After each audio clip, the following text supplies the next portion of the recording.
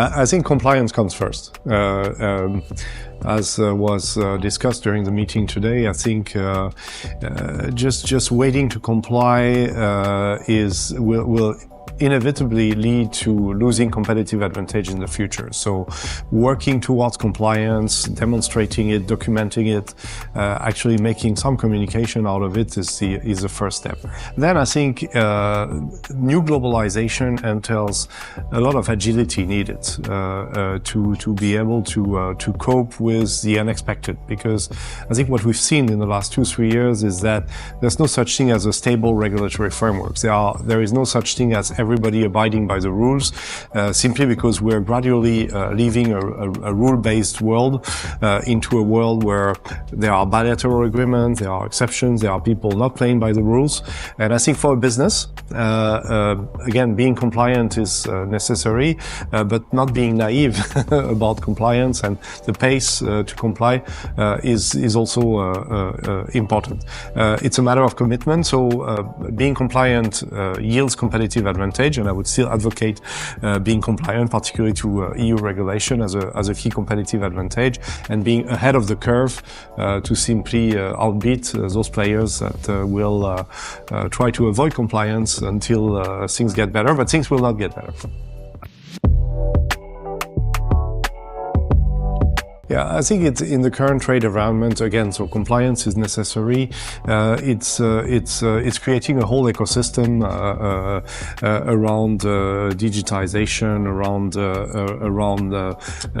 making information available, which has its challenges around data privacy, around also the conflicting regulation between what in this case EU is asking and potentially local regulations that prevents companies from sharing information. So I think one important step is also engagement, to simply make sure that all stakeholders engage with each other and that regulation is adopted. As I was mentioning during the conference opening speech, EU always has a very institutional approach. So it's not driven by ideology. It's driven by an institutional move towards a better world, towards setting a standard. And I think engagement in this case is always possible. Negotiation is always possible. And we see it from the history of trade relationship between the EU and other countries. Generally speaking, in the last few years, in the last decade, I would say, China has been quite often ahead of the curve in terms of generally environmental regulation and climate regulation. Of course, the starting position being what it is, they may need more time to actually comply, and we see it on CO2 emissions, obviously.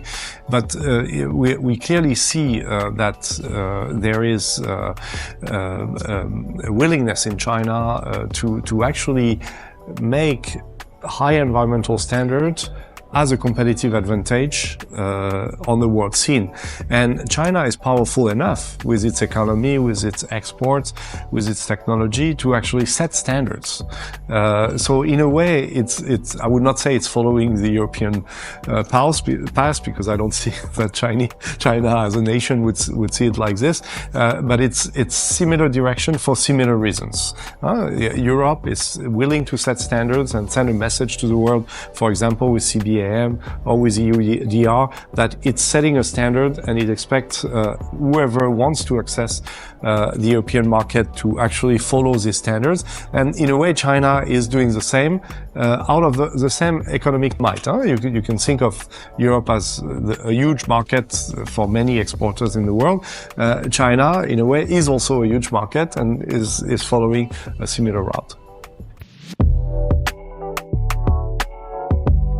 I think at the end we'll keep not only be resilient, but actually a higher growth than other parts of the world, simply because it accumulates two advantages. ASEAN nations are exporting nations, so of course their success will fluctuate depending on global demand and the global economy, but generally speaking, they are there to serve global demand, and they will basically strive because of this, but also because of their own domestic market, with additional wealth created and additional ability to buy, and basically elevation of domestic consumption, and that's basically fueling even more added value. So I would definitely see ASEAN still striving in the next decade. In terms of what it needs to do and what Malaysia needs to do, it's as much as possible in selected industries, shifting from primary production to production of intermediate goods, shifting from goods to services. So it's basically moving up the value chain towards more added value.